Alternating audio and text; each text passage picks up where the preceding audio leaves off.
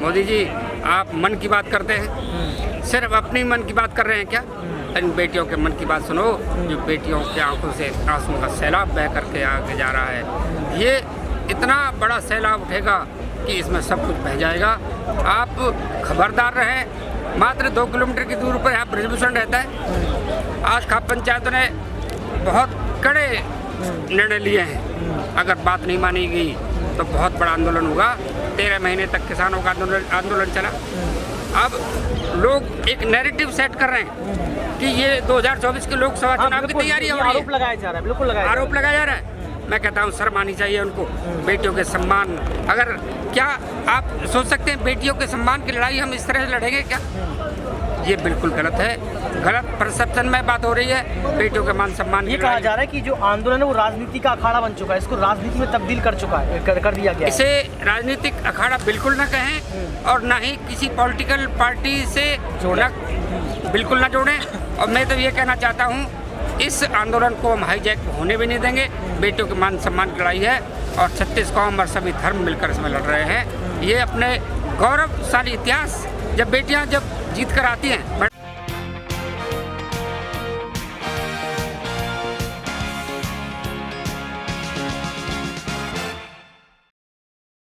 आज देश की बेटियों के लिए तमाम राज्यों से लोग एकजुट हो रहे हैं और यहाँ पर ये कहा जा रहा है कि जब तक बेटियों को न्याय नहीं मिल जाएगा तब तक लगातार जो है आवाज़ उठाते रहेंगे, क्योंकि महज 1 महीने होने वाला। इसके साथ साथ ब्रजभूषण शरण सिंह पर बीजेपी ने कोई कार्रवाई नहीं की। आखिर कब तक ये चुप्पी बनी रहेगी, ये सबसे बड़ा सवाल है। नमस्कार, आपके साथ मैं हूँ ऋतिक सविता। स्वागत है आपका नेक्स्ट 9 न्यूज पॉलिटिकल बाइट में। राजस्थान से तमाम लोग यहाँ पर पहुँचे हैं, उन्हीं में से एक शख्स हमारे साथ मौजूद। सर, आपका नाम क्या है? जेपी सिंह मास्टर जी। हाँ, जेपी सिंह मास्टर जी हमारे साथ मौजूद। इनसे बातचीत करने का प्रयास करेंगे कि आप कब से यहाँ पर आए हैं और आप क्या मांग यहाँ पर बीजेपी सरकार से कर रहे हैं। क्या सच में यहाँ पर न्याय मिलकर रहेगा? क्योंकि तमाम लोग पहुँच रहे हैं लेकिन केंद्र की सरकार ने अभी तक चुप्पी नहीं तोड़ी है। आज 1 महीना होने को आया और हमारी बेटियाँ अपने मान सम्मान की लड़ाइयाँ सड़क पर बैठ कर लड़ रही हैं। कितने दुर्भाग्य की बात है। मैं ये कहना चाहता हूँ आपके माध्यम से, मोदी जी, आप मन की बात करते हैं, सिर्फ अपनी मन की बात कर रहे हैं क्या? इन बेटियों के मन की बात सुनो, जो बेटियों की आंखों से आंसुओं का सैलाब बह करके आगे जा रहा है। ये इतना बड़ा सैलाब उठेगा कि इसमें सब कुछ बह जाएगा। आप खबरदार रहें। मात्र 2 किलोमीटर की दूर पर यहाँ ब्रजभूषण रहता है। आज खाप पंचायतों ने बहुत कड़े निर्णय लिए हैं। अगर बात नहीं मानी गई तो बहुत बड़ा आंदोलन होगा। 13 महीने तक किसानों का आंदोलन चला। अब लोग एक नैरेटिव सेट कर रहे हैं कि ये 2024 के लोकसभा चुनाव की तैयारी हो रही है। आरोप लगाया जा रहा है, बिल्कुल आरोप लगाया जा रहा है। मैं कहता हूँ शर्म आनी चाहिए उनको। बेटियों के सम्मान, अगर क्या आप सोच सकते हैं बेटियों के सम्मान की लड़ाई हम इस तरह से लड़ेंगे क्या? ये बिल्कुल गलत है।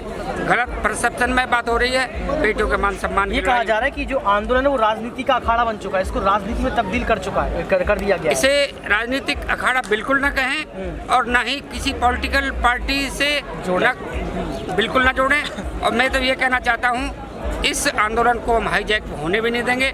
बेटियों के मान सम्मान की लड़ाई है और 36 कौम और सभी धर्म मिलकर इसमें लड़ रहे हैं। ये अपने गौरवशाली इतिहास, जब बेटियां जब जीत कर आती हैं, मेडल जीतती हैं, पूरा देश उत्साहित होता है। मेडल की बात की है, यहाँ पर ये कहा जा रहा है कि जो मेडल है ब्रजभूषण शरण सिंह, उस मेडल की जो तुलना है वो 15 रुपए से कर रहे हैं। कितनी मतलब ऊंची और हरकतें, कैसी बात करता है ये? कभी कहता है क्या मैं शिलाजीत खाता हूँ, कभी कहता है 15 रुपये में मेडल मिल रहे हैं। मैं आपके माध्यम से पूछना चाहता हूँ ब्रजभूषण को, आपके घर में या आपके रिश्तेदारों में 15-15 रुपये के इस तरह के कितने मेडल पड़े हुए बताइए जरा, जनता में दिखाइए। शर्म आनी चाहिए आपको। इतना गौरवशाली इतिहास बेटियों का रहा है। जब एक मैं कहता हूँ बेटा, जब मेडल्स का सूखा पड़ा हुआ था, इन बेटियों ने देश का मान सम्मान बढ़ाया और मेडल जीत कर जब आए, मोदी जी आपने इनको अपने घर बुलाया, इनका मान सम्मान किया और आपने ये तक कहा ये मेरी बेटियां हैं, ये मेरे परिवार का हिस्सा हैं। इतनी बड़ी बात कह, आज आपके परिवार का हिस्सा, आपकी बेटियां सड़कों पर बैठी हुई है। आपको क्या पता नहीं लग रहा? मात्र 2-2.5 किलोमीटर की दूरी पर आप यहाँ से बैठे हैं। तो आप ये समझिएगा, इन बेटियों के जो आंसुओं का सैलाब है वो सब बहुत कुछ बह जाएगा। काका राजस्थान से है, एक राजस्थान से भी सवाल लेंगे कि सचिन पायलट भी अभी आए थे। सचिन पायलट ने जो है यहाँ पर समर्थन किया, महिलाओं के समर्थन में उतरे, बेटियों की बचाव के लिए, बेटियों की सुरक्षा के लिए। क्या लगता है कि सचिन पायलट का जो है ये जो कदम उठाया है, इससे राजस्थान की जनता उनसे जुड़ पाएगी? क्या उनसे महिलाएं जुड़ पाएंगी? क्योंकि सचिन पायलट को युवाओं का मसीहा कहा जाता है। बिल्कुल सच बात है। देखिए, इन बेटियों के सम्मान की लड़ाई में जो खड़ा होगा तो निश्चित रूप से बात है कि सभी उनके साथ लग जाएंगे और सब उनका समर्थन भी करेंगे, क्योंकि आज जो चुप हैं, जिस तरह से महाभारत काल में जब द्रौपदी का चिरहरण हो रहा था तो उस वक्त भी आपने देखा पितामह भीष्म और द्रोणाचार्य सब चुप बैठे हुए थे और द्रौपदी का चिरहरण किया जा रहा था।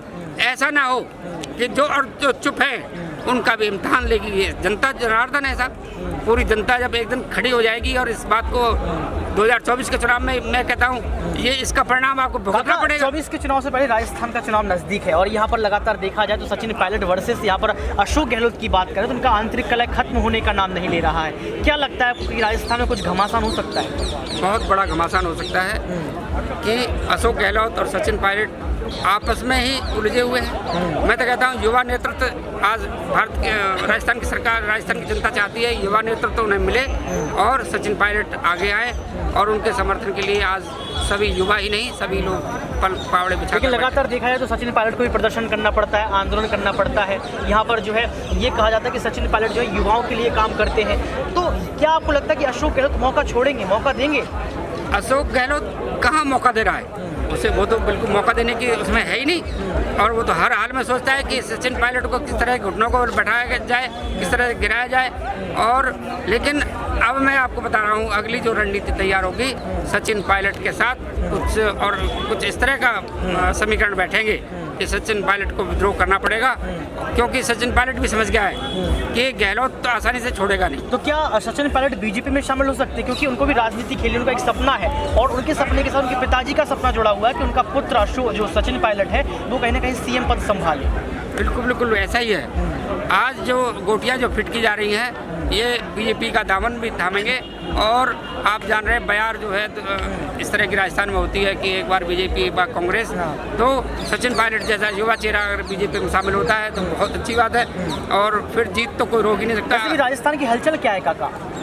हलचल राजस्थान की ये है कि परसेप्शन जो बनता है राजस्थान के अंदर वो पलटमारी का होता है कि अब के इसे देख लो साहब, अब के यहाँ देखो, अब के यहाँ देखो, इस तरह का स्थिरता नहीं है, स्थिरता होती नहीं है क्योंकि बड़ा प्रदेश है और जनता की मांगें बहुत होती है। लेकिन अगर सचिन पायलट आते हैं और बीजेपी का दाम थामते हैं तो बहुत बड़ा समीकरण तय होगा आने वाले इतिहास में। एक तरह का ऐसी जीत होगी जिसे कोई कह नहीं सकता। कांग्रेस को कितनी सीटें मिल सकती हैं लगभग काका?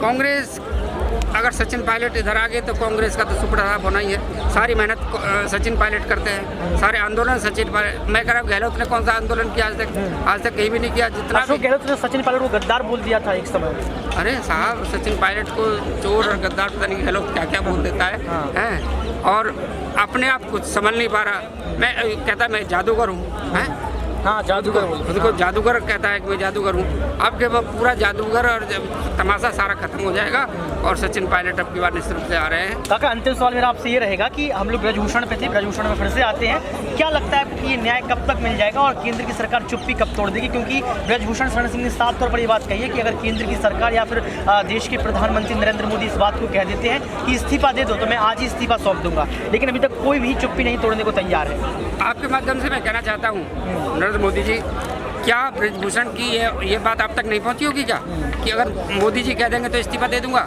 यानी कि आपकी भी इसमें सह है क्या? मैं कहना चाहता हूं कि जहां तक आपने कहा कब तक आंदोलन चलेगा ये तो भविष्य के घर में छुपा हुआ है।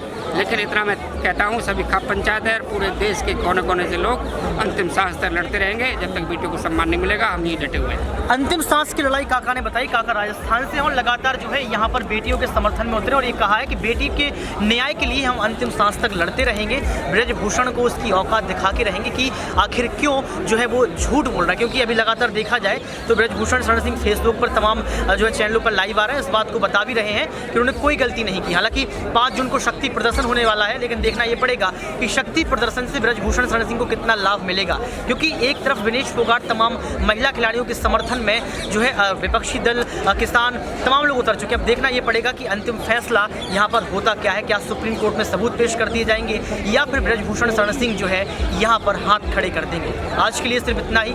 देखते रहिए next 9 news political wide. Cameraman Sumit के साथ ऋतिक सविता।